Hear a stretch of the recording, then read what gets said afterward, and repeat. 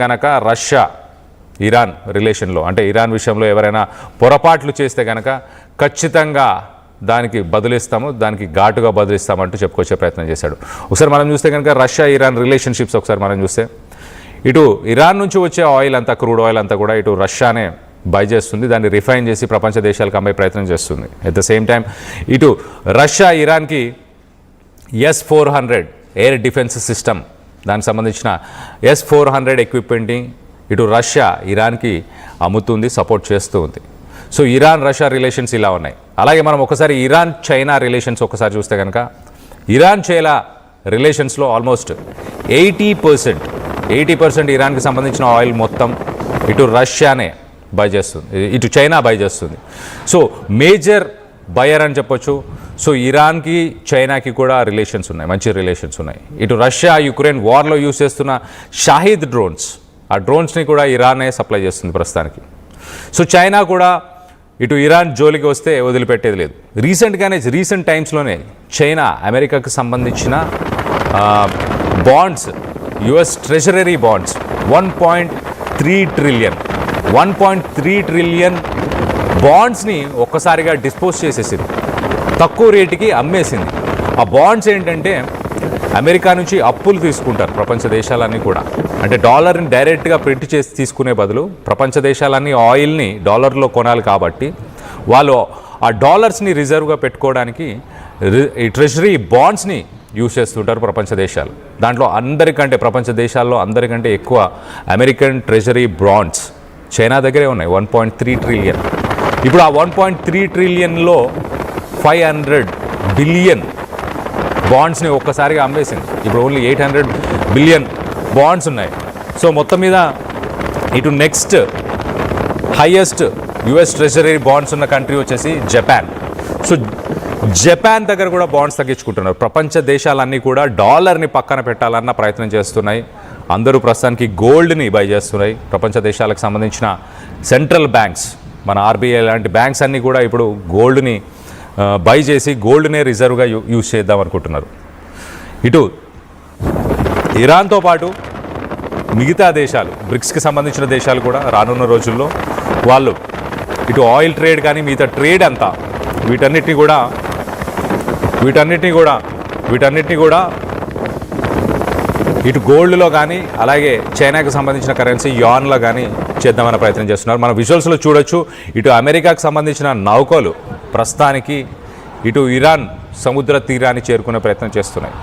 At the same time ఇటు south Africa, China, అలాగే bricks దేశాలు, రష్యా, ఈ బ్రిక్స్ దేశాలకు సంబంధించిన నౌకలన్నీ కూడా ప్రస్తుతానికి సౌత్ ఆఫ్రికాలో నెలకొని ఉన్నాయి.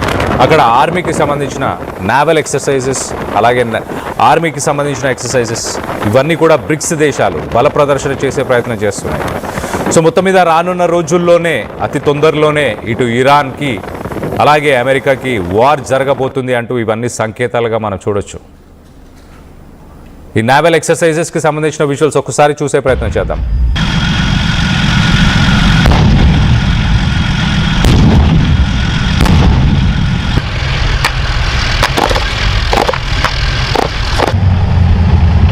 The Army is transforming and modernizing to meet the challenges of today and prepare for the battlefield of tomorrow. We're putting soldiers first, tackling emerging threats, and ensuring the Army stays the most capable and lethal land force systems, and investing in tools that actually matter to you.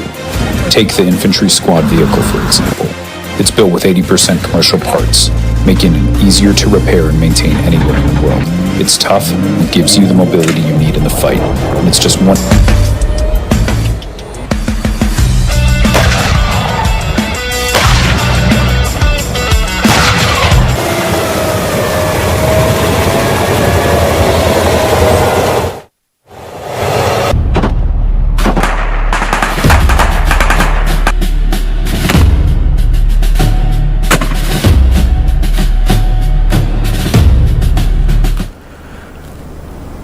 Will for piece 2026 అన్న పేరుతోని bricks దేశాలు ప్రస్తుతానికి south ఆఫ్రికాలో ఈ drills అన్ని వాళ్ళు participate చేస్తున్నారు. ఈ డ్రిల్స్ అన్ని ఎప్పటి నుంచి స్టార్ట్ అయినాయి అసలు?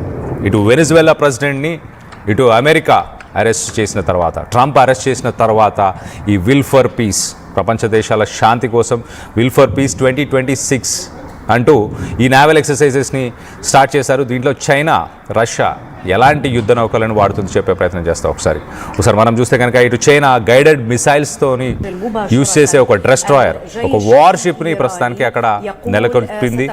ఆ వార్షిప్ పేరు టాంగ్షాన్, అలాగే షిప్ తైహు.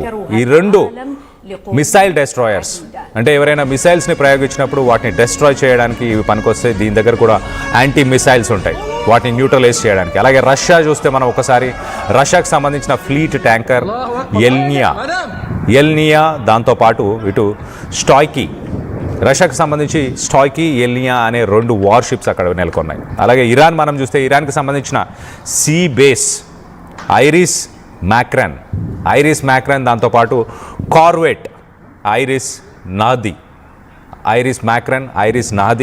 అలాగే దాంతోపాటు మనం లొకేషన్ ఒకసారి చూస్తే ఫాల్స్ బే సౌత్ ఆఫ్రికా. సో మొత్తం మీద ఇటు ఇరాన్కి సంబంధించి వార్షిప్స్ 2 ఉన్నాయి, రష్యాకి సంబంధించి వార్షిప్స్ 2 ఉన్నాయి, అలాగే చైనాకి సంబంధించి వార్షిప్స్ 2 ఉన్నాయి. మిసైల్స్ని ఈజీగా న్యూట్రలైజ్ చేయడానికి ఇవన్నీ పనికొస్తాయి. సో అమెరికన్ బేసెస్ మనం చూస్తే కనుక అమెరికాకి సంబంధించిన మిలిటరీ బేసెస్, ఇటు ఇరాన్ పక్కనే ఉన్న ఖతర్లో అమెరికాకి సంబంధించిన మిలిటరీ బేసెస్ ఉన్నాయి, అలాగే బ్రిటిష్కి సంబంధించిన మిలిటరీ బేసెస్ ఉన్నాయి. సో ఇమీడియట్గా ఇరాన్ మీద ఒక్క మిసైల్ ప్రయోగించిన వీళ్ళు వెంటనే పక్కన ఖతర్లో ఉన్న అమెరికన్ మిలిటరీ బేసెస్ని వాటిని టార్గెట్ చేసి వాటి మీద మిసైల్స్ని ప్రయోగిస్తారు. సో యుద్ధానికి సంబంధించి బల ప్రదర్శన ప్రస్తుతానికైతే ఇటు బ్రిక్స్ దేశాలన్నీ చేస్తున్నాయి. సో ట్రంప్ వెనక్కి తగ్గే అవకాశం ఉంది, కానీ అనలిస్టులు మాత్రం ట్రంప్ ఖచ్చితంగా ఆ డెసిషన్ తీసుకునే అవకాశం ఉంది అంటూ ఇటు ministry of external affairs India కూడా ముందే జాగ్రత్త పడదాం అన్న ఉద్దేశంతో భారత్కి సంబంధించిన 10,000 మంది 10,000 సిటిజన్స్ని వెనక్కి రావాలంటూ కూడా కోరారు. సో యుద్ధం జరగబోతుంది అన్నట్టు చాలా క్లియర్గా అర్థమవుతుంది.